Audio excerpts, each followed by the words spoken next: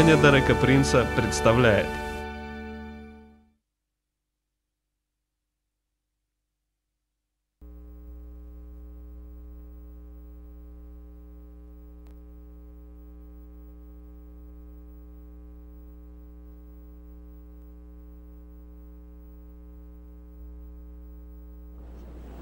I was asked during these meetings to bring one message on the subject of anti-Semitism. Меня попросили в течение этих собраний посвятить одну проповедь антисемитизму. This was specially requested by the leaders of this conference. Такая просьба специально поступила от лидеров этой конференции. But recently, when I was speaking in the United States on anti-Semitism, но когда я недавно проповедовал об антисемитизме в Соединенных Штатах, at the end of my message, a young woman came up to me. В конце моей проповеди ко мне подошла одна моя молодая женщина. And she said, "What is that word, anti-semi, anti-semi? What is that?" И спросила: а что это такое за слово? Антисеми, антисеми, что это такое? So I realized she didn't understand the word. Так что я понял, что она не поняла этого слова. And I think most people do not really understand what it means. И я думаю, что большинство людей на самом деле не понимают, что это слово значит.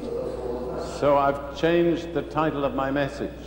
Поэтому я изменил заголовок своей проповеди. And this is my title tonight. И вот какой у меня сегодня заголовок. Why are the Jews hated? Почему ненавидят евреев? That is really the question. Вот на самом деле в чем вопрос. Понимаете, антисемитизм — это слово, которое вводит в заблуждение.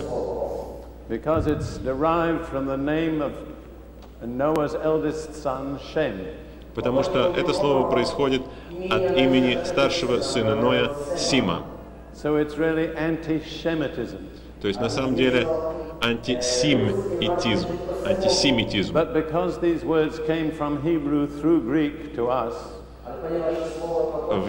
иврите это имя Шем, но поскольку к нам пришло это слово из иврита через греческий, а в греческом языке звука Ш нету, all the SH sounds in Hebrew have dropped out. Таким образом, все звуки «ш» из иврита выпали при переводе на греческий. Даже имя самого Иисуса. На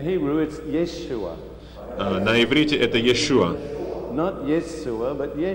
Не Иисус, а Иешуа. Но это пропало. И все мы, европейцы, произносим это без звука «ш».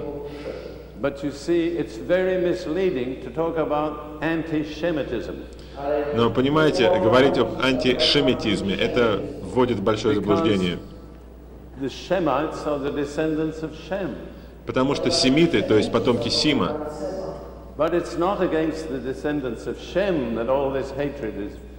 не с ними связана вся эта ненависть, которая проявляется. Многие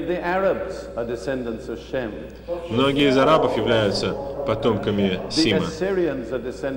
Ассирийцы — это потомки Сима. И есть на Ближнем Востоке другие народы, которые произошли от Сима. Но не их ненавидят. Ненавидит только одного из потомков Сима. Это еврейский народ. И антисемитизм — это название, которое вводит в заблуждение. Оно прикрывает настоящую истину. Люди не против всех потомков Сима.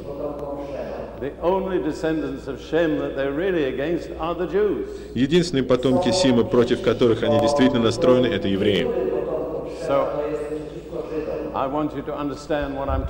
Итак, я хочу, чтобы вы понимали, о чем я говорю сегодня вечером. Сегодня вечером мы с Руфью сделаем провозглашение. из первой книги Царств, 12 главы, стих 22. Эти слова были сказаны пророком Самуилом народу Израиля. И он обращается к ним «вы». Но мы назовем их Израиль. Вместо «вы» мы скажем «Израиль». Итак, вот наше провозглашение. Первая книга Царств 12:22. For his great name's sake, because it has pleased the Lord to make Israel his people. Господь же не оставит народа своего ради великого имени своего, ибо Господу угодно было избрать Израиль народом своим.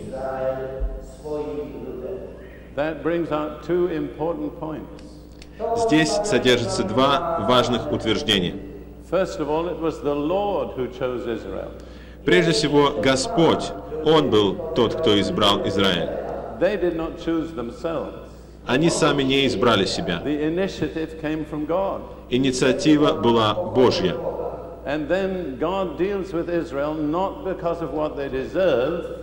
И потом Бог имеет дело с Израилем не на основании того, что Израиль заслужил,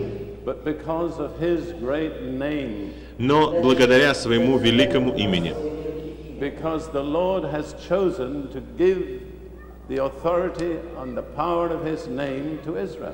Потому что Господь избрал дать власть и силу своего имени Израилю.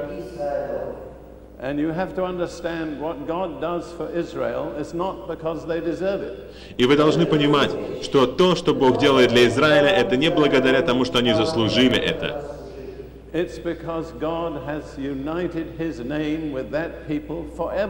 Это потому, что Бог соединил свое имя с этим народом навеки. И то, что Он делает, это для славы и чести Его имени. Очень важно понять это, потому что это разъясняет массу недоразумений. Я должен сказать вам следующее о еврейском народе. Многие из них хотели бы, чтобы Бог никогда не избирал их. Это ужасная ответственность быть избранным Богом.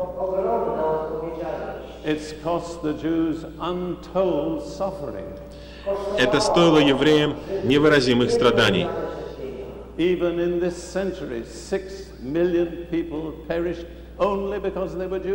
Хотя бы в этом веке 6 миллионов людей погибли только потому, что они были евреи.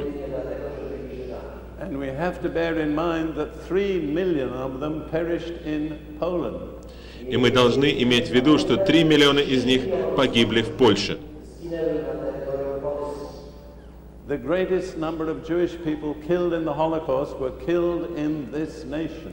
Самое большое количество евреев, убитых во время катастрофы, было убито в этой стране.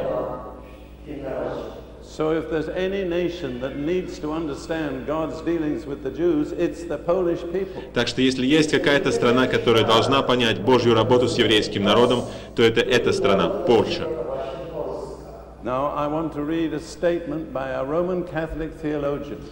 Я хочу сейчас зачитать одно утверждение римско-католического теолога, который написал замечательную книгу «Еврейская боль».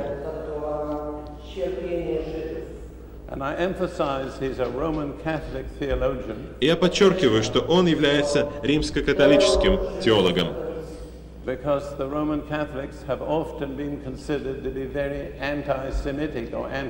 По той причине, что очень часто римских католиков считали антисемитами или антиевреями, антиеврейски настроенными людьми.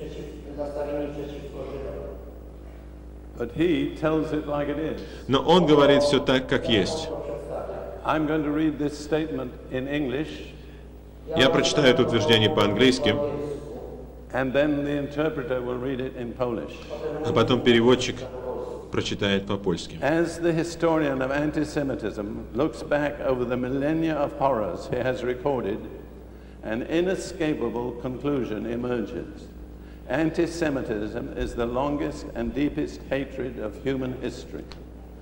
Other hatreds may have surpassed it in intensity for a historical moment, but all in their turn have assumed, or presently commence to assume, their proper place in the dustbin of history. What other hatred has endured some 23 centuries and survived a genocide of 6 million of its victims in the 23rd century of existence, only to find itself still intact and rich in potential for many more years of life? The very magnitude of the record, seen as a whole, cries out for explanation. How did this amalgam of undying hatred and oppression come to be? What is it essentially? Who or what was responsible for it? Когда историк, изучающий антисемитизм, оглядывается на тысячелетия ужасов, которые он записал, напрашивается неизбежный вывод. Антисемитизм является самой долгой и самой глубокой ненавистью человеческой истории. Другие типы ненависти могли превосходить его по интенсивности в течение исторического момента, но все они, в свою очередь, отправлялись на свое место в корзине, мусорной корзине истории. Какая другая ненависть пережила целых 23 века и выжила после геноцида 6 миллионов своих жертв в 23 веке своего существования, лишь для того, чтобы обнаружить, что она по-прежнему жива и богата потенциалом на многие еще годы жизни. Сама величина этого рекорда, если посмотреть на него в целом, взывает об объяснении. Как эта смесь неумирающей ненависти и угнетения появилась, чем она является в принципе, кто или что ответственен за нее. И таким образом, в чем же причина антисемитизма, спрашивает этот историк, и дальше он предлагает свое собственное объяснение, которое я внимательно прочитал, но я не считаю, что это объяснение достаточно. Я слышал много объяснений антисемитизма. Некоторые из них психологические, некоторые социальные, некоторые экономические, некоторые философские, некоторые теологические.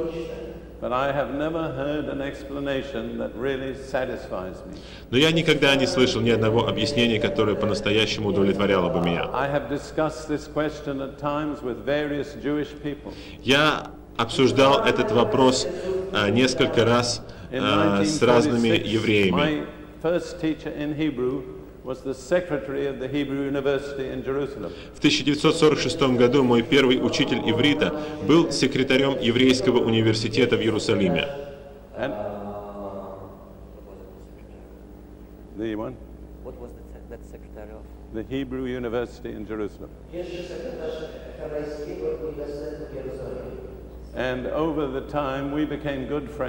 И через некоторое время мы стали хорошими друзьями. And sometimes we would discuss this question: what is the reason for anti-Semitism? И время от времени мы обсуждали этот вопрос. В чем причина антисемитизма? Now this was before the state of Israel came into being. И это было до того, как государство Израиль появилось. And his explanation was, well, the Jews have been an alien people amongst other nations. И у него объяснение было такое: а евреи были всегда чужаками среди других народов.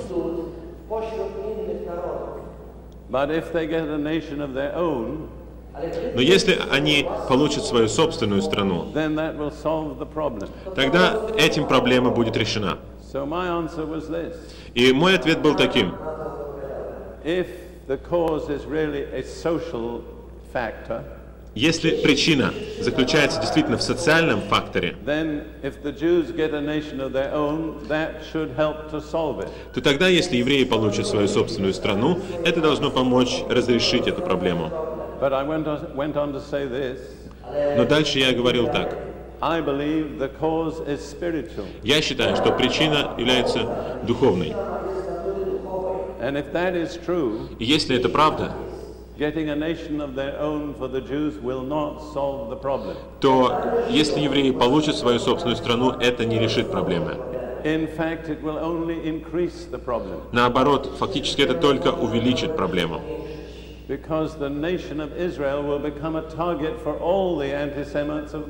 Потому что страна Израиль станет мишенью для всех антисемитов мира.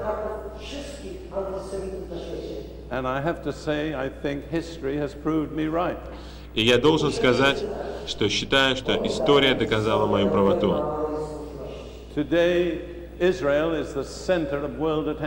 Сегодня Израиль является центром мирового внимания. И большинство мира враждебно к нему.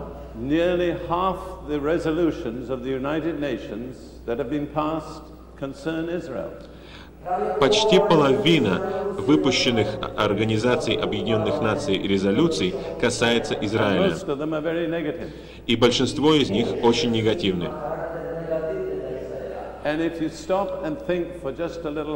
И если вы остановитесь и немного подумаете,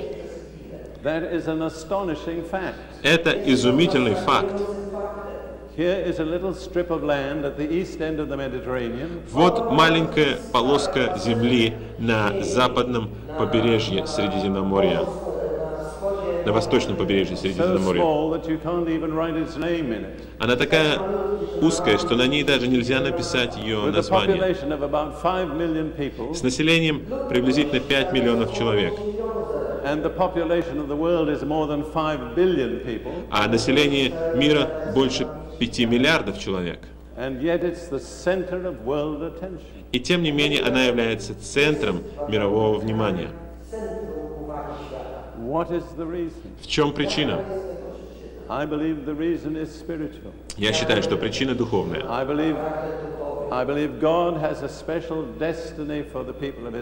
Я верю, что у Бога есть особая судьба для народа Израиля. И у них есть особый враг. И его имя Сатана.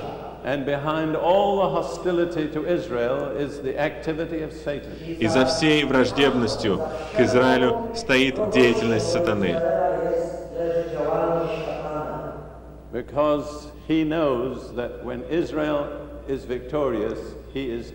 Потому что он знает, что когда Израиль будет победоносным, то он сам, сатана, будет поражен. Итак, вот мое объяснение антисемитизма. На самом деле это антимессия. Вы знаете, что такое мессия? Это еврейское слово, которое мы переводим как Христос. Машиах, Мессия, это на иврите. А Христос — это греческое слово. Так что всякий раз, когда вы говорите «Я верю в Иисуса Христа», вы, может быть, не знаете этого, но вы говорите «Я верю в Иисуса Мессию».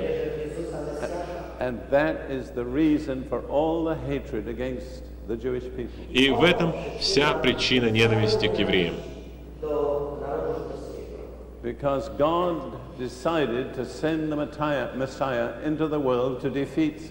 Потому что Бог решил послать в мир Мессию, чтобы поразить сатану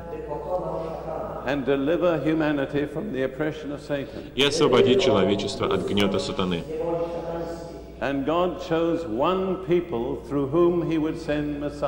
И Бог избрал один народ, через которого Он пошлет Мессию. И этот народ был Израиль. И с того момента, как Бог принял это решение и начал осуществлять его в истории, there has been an absolutely unique opposition to the Jewish people. Существовало совершенно уникальное противостояние еврейскому народу. As that Roman Catholic theologian pointed out, there is no other hatred in the history of the human race like the hatred of the Jews. И как указал этот римско-католический теолог, нет в истории какой-то ненависти, которая была бы похожа сколько-то на ненависть к евреям. И помните, что эта ненависть — это сам сатана. Потому что он много знает о целях Божьих. Он знал, что Бог пошлет Мессию. И он знал, что этот Мессия придет через Израиль. Итак, с того момента, как Израиль стал нацией, сатана противостоял им и пытался погубить их.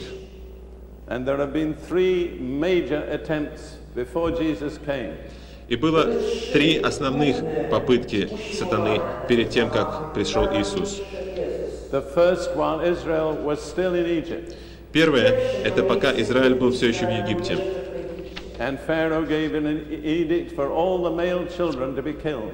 И фараон издал указ, чтобы все еврейские мальчики были уничтожены.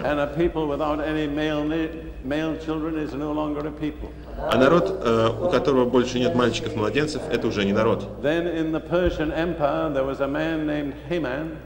Затем в Персидской империи был человек по имени Аман, который добился указа от персидского императора о том, чтобы все евреи его империи были в один день уничтожены. А в принципе, все евреи мира в то время находились в Персидской империи.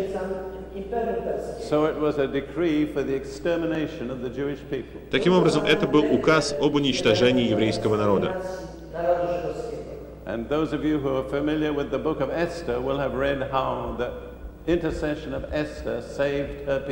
И те из вас, кто знаком с книгой Эсфирь, читали о том, как ходатайство Эсфирь спасло жизнь ее народу.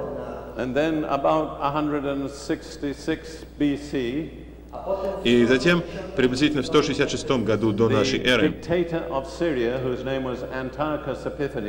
сирийский диктатор по имени Антиох Епифан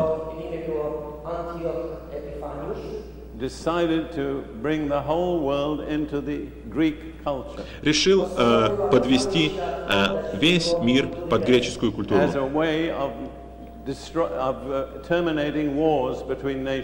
с той целью, чтобы прекратить войны между народами таким способом. He tried his best to make all nations in the whole of the Middle East adopt Greek culture. И он изо всех сил пытался все народы Ближнего Востока заставить принять греческую культуру. There's a ringing here. Somebody can stop that.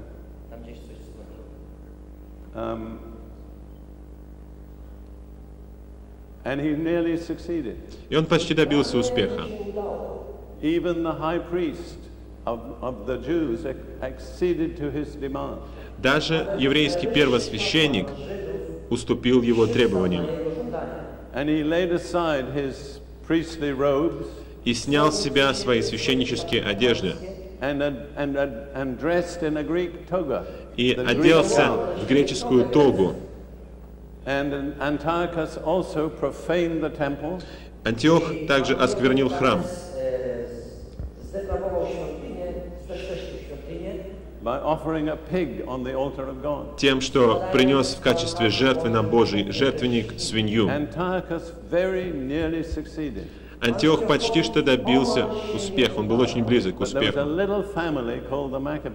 Но была небольшая семья, которая называлась Маковеи,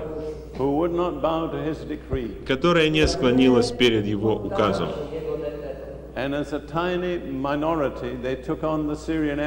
И как крошечное меньшинство они захватили Сирийскую империю. And by the mercy of God, they defeated the Syrian И Empire. по милости Божьей они поразили сирийцев. And so Israel were preserved as a separate nation. И таким образом Израиль сохранился как отдельная страна, как отдельная нация. The Son of God was to be born in a nation. Понимаете, если Сын Божий должен был родиться в нации, в народе, It had to be a nation that was free from idolatry. то этот народ должен был быть народом, свободным от идолопоклонства. Because if the people of that nation were practicing idolatry, Потому что если бы народ этой страны практиковал идолопоклонство, and if the Son of God were born into that nation, и если бы Сын Божий родился в этом народе, if he were to obey his parents, и если бы он должен был слушаться своих родителей, and if his parents were idolaters, а его родители были бы идолопоклонниками, then he would have become an idolater, тогда он стал бы идолопоклонником, which would have been totally against the will of God. что было бы абсолютно против Божьей воли. So that's why the Lord had to bring into being a special people Таким образом, вот почему Господь должен был произвести особый народ, that worship the true God который бы поклонялся истинному Богу and were free from и idolatry. был бы свободен от идолопоклонства. And that nation was there when Jesus came to be born. И этот народ существовал, когда Иисус родился. And I believe it was probably the only nation on earth that was not involved in idolatry. И я верю, что это, вероятно, был единственный на земле народ, не вовлеченный в идолопоклонство. So God had to prepare a special people for a special purpose. Итак, Бог должен был приготовить особый народ для особой цели. And that is the special purpose of God, И в этом состоит особая цель Божья. that God's Son, the Messiah, should come through the Jewish people. В том, чтобы Божий Сын, Мессия, пришел через еврейский народ. And that's the reason why Satan has always opposed them. И вот в этом причина того, что сатана всегда противостоял им. Well, Jesus came, Иисус пришел, and by his death on the cross, he defeated Satan и своей смертью на кресте он поразил сатану. and made it possible for us to be free from slavery to Satan. И сделал для нас возможным быть свободными от рабства сатаны. But then he returned to heaven, Но потом он вернулся на небо, and Satan is still free on earth. а сатана по-прежнему еще свободен на земле. He has been defeated, Он был поражен, but his defeat has not yet been made final. но его поражение еще не сделано окончательным. That will only happen when Jesus comes back. Это произойдет только, когда Иисус вернется.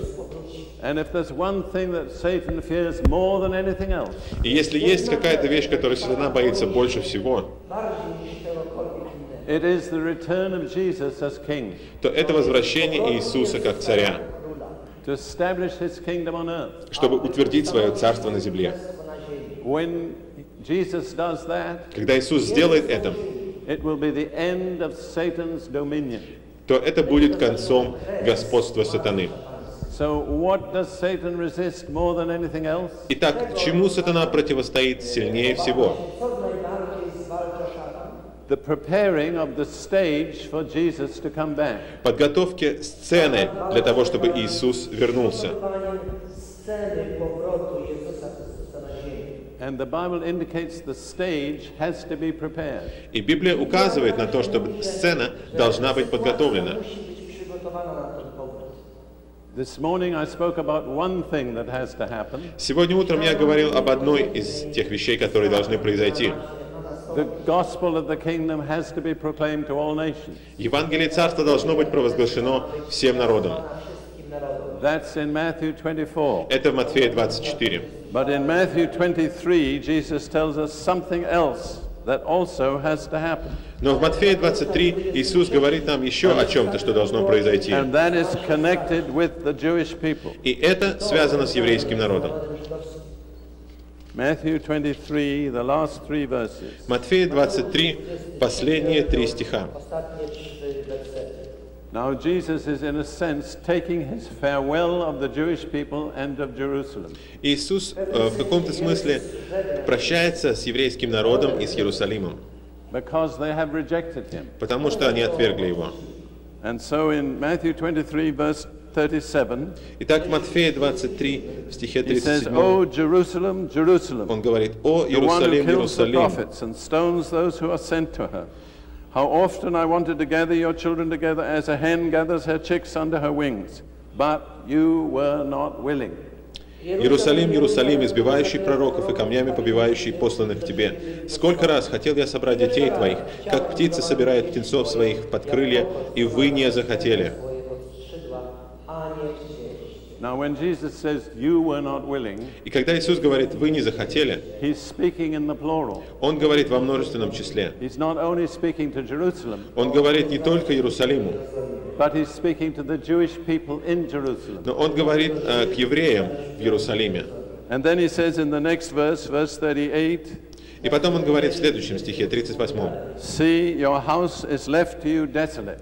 «Вот оставляется вам дом ваш пуст». Now, when he said to the Jews, "Your house," И когда Он сказал евреям: «Ваш дом», they understood he meant the temple, они поняли, что Он имел в виду храм, because they regularly called the temple the house. потому что они обычно называли храм домом. And we saw this morning in Luke 21 how it came about that the temple was left desolate. И утром сегодня в Луки 21 главе мы видели, как случилось то, что храм был оставлен, храм был There's разорен. one more very important verse in Matthew 23. Но есть еще один очень важный стих в Матфея "For I 23. say to you, you shall see me no more till you say, Blessed is he who comes in the name of the Lord." «Ибо сказываю вам, не увидите меня отныне, доколе не воскликнете: благословен грядой во имя Господне». So Jesus says, "I'm not coming back until some things have been arranged." То есть Иисус говорит: «Я не вернусь до тех пор, пока некоторые вещи не будут приготовлены, Until the stage has been set for my return. до тех пор, пока сцена для моего прихода не будет установлена». And that has to happen in Jerusalem. И это должно произойти в Иерусалиме. And it has to happen with the Jewish people. И это должно произойти с еврейским народом. Before Jesus can return, Перед тем, как Иисус сможет вернуться, the Jewish people have to be gathered again in Jerusalem, евреи опять должны быть собраны в Иерусалиме. and their hearts have to be prepared to welcome the one they rejected. И их сердца должны быть подготовлены, чтобы поприветствовать того, кого они отвергли. And Jesus will not come back until that has been established. И Иисус не вернется до тех пор, пока это не будет утверждено. So this leads us to a very important conclusion. И это подводит нас к очень важному выводу. Those nations that are resisting the establishment of the Jews in Jerusalem, Те евреи, которые противостоят укреплению, те народы, которые противостоят укреплению евреев в Иерусалиме, фактически воюют против возвращения Иисуса. and this explains all the furor about that. И это объясняет весь тот фурор, который связан с этим. Потому что сатана знает, что когда это будет приготовлено, его царству настанет конец. И он делает все, что в его силе, чтобы противостоять этому.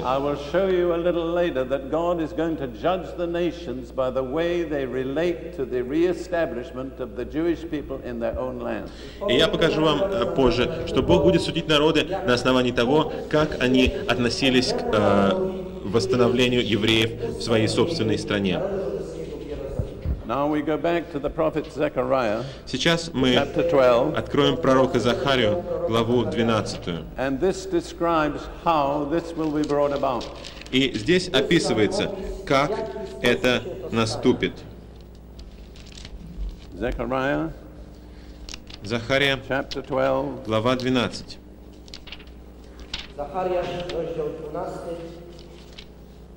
Verse 10. Стих 10. And the Lord is speaking in person. И Господь обращается здесь лично. It's not book, it's the Lord, Jehovah. Bog. That's Polish word for Lord. Is it? Oh, I thought, what's the Polish word for God? Bóg. Yeah, well, see, God and the Lord are not the same. Sorry, Pan. Yeah. Pan mówi z pierwszej osoby. Because the Lord is the personal name of Jesus. Потому что Господь — это личное имя Иисуса. Now it's the Lord who is speaking. И здесь говорит Господь. It's very important. Это очень важно. Because God is a general word. Потому что Бог — это общее слово. But the Lord, Jehovah, is a personal name. Но Господь, Иегова — это личное имя. So the Lord has a personal name. То есть у Господа есть личное имя. And it's a very sacred name. И это очень священное имя. Anyhow, this is what he says in Zechariah 12, verse 10. Ну так вот, что он говорит в Захарии 12 главе стихе I will 10. pour on the house of David and on the inhabitants of Jerusalem the spirit of grace and supplication. Then they will look on me whom they have pierced, and they will mourn for him as one mourns for his only son, and grieve for him as one grieves for a firstborn. А на дом Давида и на жителей Иерусалима изолью дух благодати и умиления, в английском переводе молитвы. И они воззрят на него, которого пронзили, и будут рыдать о нем, как рыдают об единородном сыне, и скорбеть, как скорбят о первенце. That's an amazing verse. Это потрясающий стих.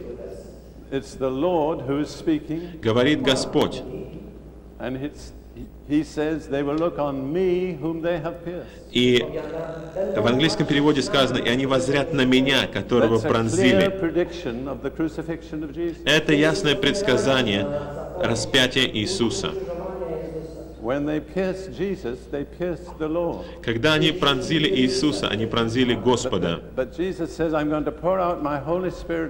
Но Иисус говорит, я изолью своего Святого Духа на них и дам им благодать и молитву.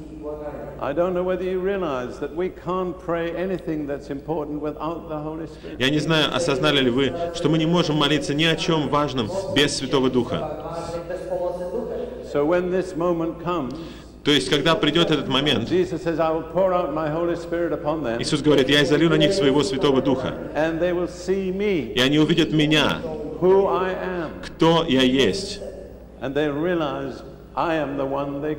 И они осознают, что я есть тот, кого они распяли. Это будет одним из самых драматических моментов в истории мира. И в результате этого они все будут скорбеть.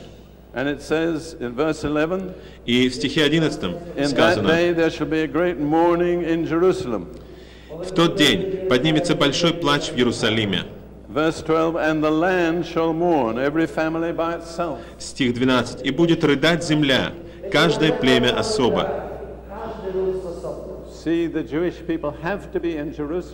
Вы видите, евреи должны быть в Иерусалиме.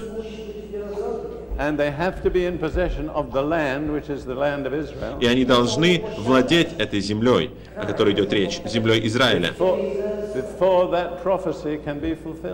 перед тем, как это пророчество сможет быть исполнено.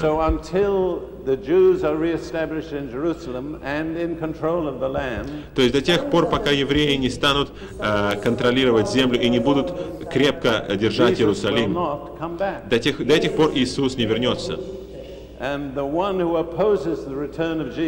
И тот, кто противится возвращению Иисуса, это сатана.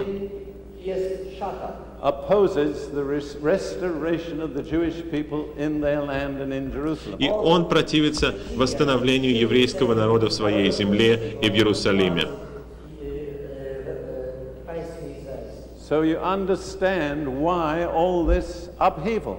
Итак, теперь вы понимаете, почему происходят все эти бурные события. Иначе, по какой-то другой причине это было бы просто смешно. Почему бы это все страны должны бы заниматься маленькой полоской земли? И крошечной страной с населением 5 миллионов. The whole reason is because the center of the issue is the return of Jesus. Вся причина заключается в том, что центр этого вопроса — это возвращение Иисуса. And so any person or nation or government that opposes the restoration of the Jews to their city and their land, И всякий народ или страна или правительство, которое противится возвращению евреев в свою страну,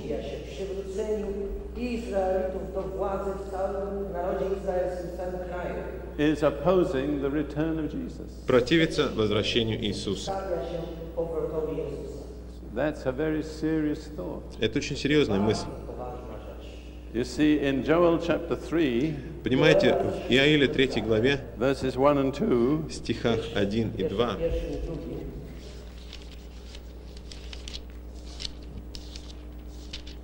Joel 3, Иаиле verses 1 and 2. 3, стихи 1 и 2. Now, it may be different because the numbers may be different. How many chapters are there in Joel in the Polish Bible?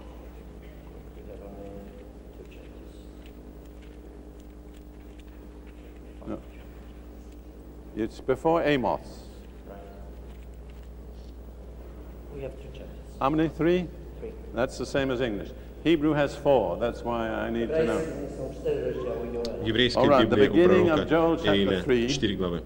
Значит, в начале 3 главы The Lord is speaking. Господь говорит, And he says, Behold, in those days and at that time, when I bring back the captives of Judah and Jerusalem, и он говорит, и вот, ибо вот в те дни и в то самое 3 время, verse 1. 3:1. Now, there's a difference about the numbering. Right. What's the last verse of chapter 2? The Lord has said among the remnant whom the Lord calls. Yes. 32. We have 27 in chapter 2. Well, that's a problem. So So our chapter... your chapter ends there. Yes. Okay, so it will be verse 1, 2, 3, 4, 5, 6, I think. Dzięki. Wiersz 6 w naszym wydaniu Biblii. Bo w owych dniach i w owym czasie, gdy odmienię los Judy i В Jeruzalem. русской Библии Иаиль So this 3:1. is speaking about the time when the Jewish people are being regathered in their own land. Это речь идет о том времени, когда евреи будут снова собраны в своей земле. Odzyska swój własny kraj. And that is the time in which we are living. И это то время, в которое мы живем. My żyjemy. And then the Lord goes on to say this. И затем Господь дальше говорит, I will also gather all nations and bring them down to the valley of Jehoshaphat, and I will enter into judgment with them there on account of my people, my heritage Israel, whom they have scattered among the nations. They have also divided up my land. «Я соберу все народы и приведу их в долину Иосафата, и там произведу над ними суд за народ мой и за наследие мое Израиля, который они рассеяли между народами и землю мою разделили». Ludy pogańskie podzielili mój kraj. You see how important that is? Вы видите, как это важно? On what basis will the Lord judge the nations when He returns? На каком основании Господь будет судить народы, когда Он вернется? He will judge them on the basis of the way they have treated Israel, Он будет их судить на том основании, как они относились к Израилю, Sposobu, jaki traktowali Izrael. and the way they have dealt with the land of Israel. и на том основании, как они относились к земле So the Израиля, что destiny они of делали с all землей nations Израиля. depends on the way they treat the Jews. То есть судьба всех народов зависит от того, как они относятся к евреям. Wszystkich narodów zależy od sposobu traktowania Żydów. I wonder whether you ever realized that before. Интересно, когда-нибудь раньше вы осознавали это? Any nation that mistreats the Jews Любой народ, который and плохо opposes относится the к purpose евреям of God for the land of Israel и противостоит Божьим намерениям относительно земли Израиля, will bring upon itself the judgment of God. наведет на себя Божий суд. Now there are many nations involved. Участвует много стран. One of the things for which the Lord will judge the nations Одна из тех вещей, за которые Господь будет судить народы, is dividing up His land. это раздел Его земли. Podzielenie kraju Izraela. That is the land of Israel. Это земля Израиля. Now in 1919, В 1919 году after World War I, После Первой мировой войны the League of Nations committed to my country, Britain, Лига наций поручила моей стране, Британии,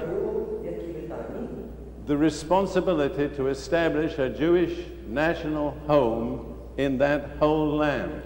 поручила Британии обязанность основать в Палестине национальный еврейский дом или национальный еврейский очаг. And that includes the land west of the Jordan and east of the Jordan. И в эту территорию включена и западная, и восточная часть земли относительно Иордана. И в 1922 году безо всякой власти от кого-либо Уинстон Черчилль, который тогда был секретарем Британии, разделил ту землю и 76% этой земли отдал арабам.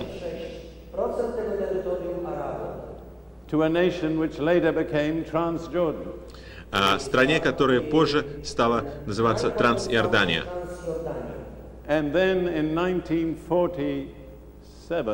И затем, в 1947 году,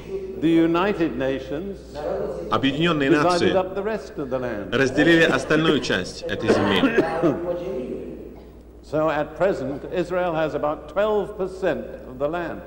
Так что сейчас Израиль имеет около 12% всей территории. Бог провозглашает, что Он будет судить народы за раздел Его земли.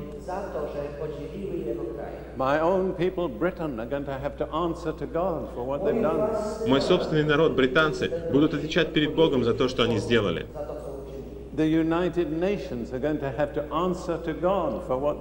Объединенные Нации будут отвечать перед Богом за то, что они сделали. Потому что Бог говорит об этой конкретной земле. Это моя земля. Она принадлежит мне. И я дал ее Израилю. So we all have to be tremendously concerned about the way our nation is dealing with the land and the people of Israel. Так что мы должны быть исключительно внимательны к тому, как наш народ и наша страна относятся к земле и народу Израиля. Because we are determining our own destiny. Потому что мы определяем свою собственную судьбу. In Matthew chapter 25, в Матфея главе 25, and verse 31, в стихе 31, Matthew 25, verse 31, Матфея 25, стих 31. Jesus speaks again about this situation. Иисус опять говорит об этой ситуации. And he says, when the Son of Man comes in his glory, that's at his return. И он говорит, когда же придет Сын Человеческий во славе Своей, то есть при Своем And all возвращении, the holy angels with him, и все святые ангелы с Ним, then he will sit on the throne of his glory, тогда сядет на престоле славы Своей, and all the nations will be gathered before him. и соберутся перед Ним все народы. And he will separate them one from another as a shepherd divides his sheep from the goats. И отделит одних от других, как пастырь отделяет овец от So козлов. when Jesus returns, Итак, когда Иисус вернется, all the nations that are on earth at that time will be gathered before him, все народы, которые в то время будут на земле, будут собраны перед Ним. and he will pronounce judgment on them. И Он произнесет суд на них.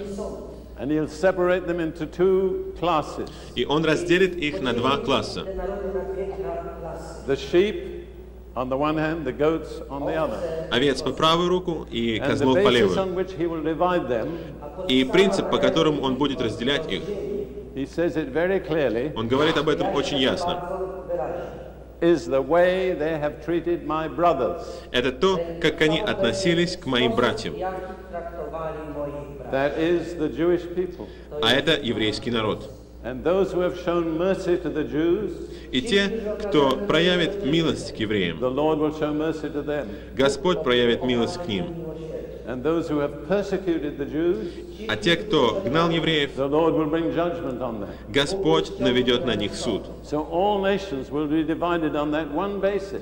Итак, все народы будут судимы, будут разделены на основании одного этого принципа. То, как они относились к And евреям. then the Lord will say to those goat nations, И потом Господь скажет этим народам-козлам: that have shown no mercy to the Jews, которые не проявили милости к евреям, the most terrible words that people could ever hear.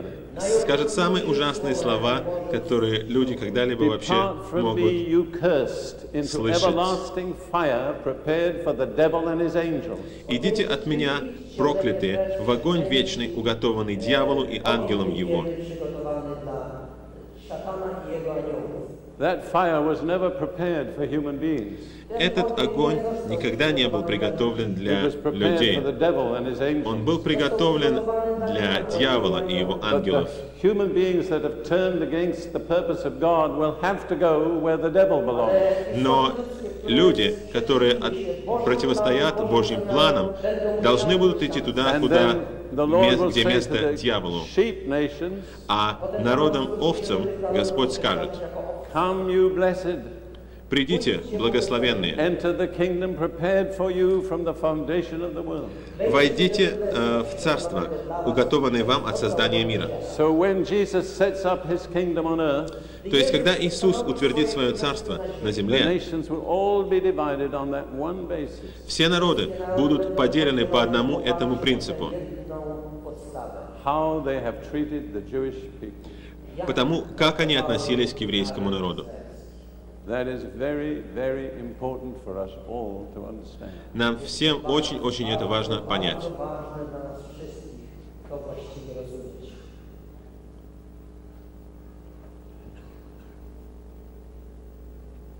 I have a lot more to say, Я еще имею много что but I сказать, don't feel God wants me to say it. но я не чувствую, чтобы Бог хотел, чтобы я говорил это. It's not easy for me to stop in the middle of my outline. Мне нелегко останавливаться посреди моего конспекта. It very seldom happens. Это происходит очень редко. But tonight I believe the Lord has said stop. Но сегодня я верю, что Господь сказал: «Остановись». That's enough for tonight. На сегодня достаточно. You have told them the most important thing for the people of Poland to know. Ты сказал им самое важное, что народ Польши должен знать. And for the people in the surrounding nations. И те люди, которые из окружающих стран. And I'm not saying anything that isn't well known. Я не говорю ничего такого, что не было бы хорошо Both the известно. Poles and the Russians have a very bad history of anti-Semitism. И поляки, и русские имеют очень плохую историю антисемитизма. Now, I'm not saying that to condemn anybody. Я не говорю это для того, чтобы осудить кого-то. I am not the judge. Я не судья. But I have told you tonight the basis on which God will judge the nations. Но я сказал вам сегодня вечером о том принципе, по которому Бог будет судить народы. And I believe God is calling to the Christians of Poland И я верю, что Бог взывает к христианам Польши to repent on behalf of their nation. покаяться от имени своей страны, To confess on behalf of their nation the sins the nation has committed. исповедовать от имени своей страны тот грех, который их страна совершила, And cry out to God for mercy. и взывать к Богу о милости. I believe that's the most important thing we can do here tonight. Я верю, что это самая важная вещь, которую мы можем сделать сегодня вечером здесь. So I am not going to go any further with my message. Так что я больше не буду нисколько I'm going to продолжать pass the meeting back мою to Brother проповедь. Bram. Я передам собрание брату, And we're going to do something different. и мы сделаем сейчас что-то другое. And they will explain to you what we're going to do here tonight. И они объяснят вам, что мы будем делать сегодня вечером. So may the Lord bless you, and we love you. Итак, пусть Господь благословит вас. Мы любим вас. We want you to know we're not against you. Мы хотим, чтобы вы знали, что мы не против вас. I have said things that were hard for you to hear. Я сказал сейчас какие-то вещи, которые вам было слышать тяжело. But I'm like the doctor that tells you you have a cancer. Но я как врач, который должен вам сказать, что у вас рак. And if you don't have it cut out, it will kill you. И если вам не вырежут его, он убьет вас. The doctor doesn't say that because he hates you. Врач не говорит этого, потому что он ненавидит вас. He says it because he's concerned for you. Врач говорит это, потому что он беспокоится за вас. I've said because I am concerned for you. И то, что я сказал сегодня вечером, я сказал, потому что я беспокоюсь за вас.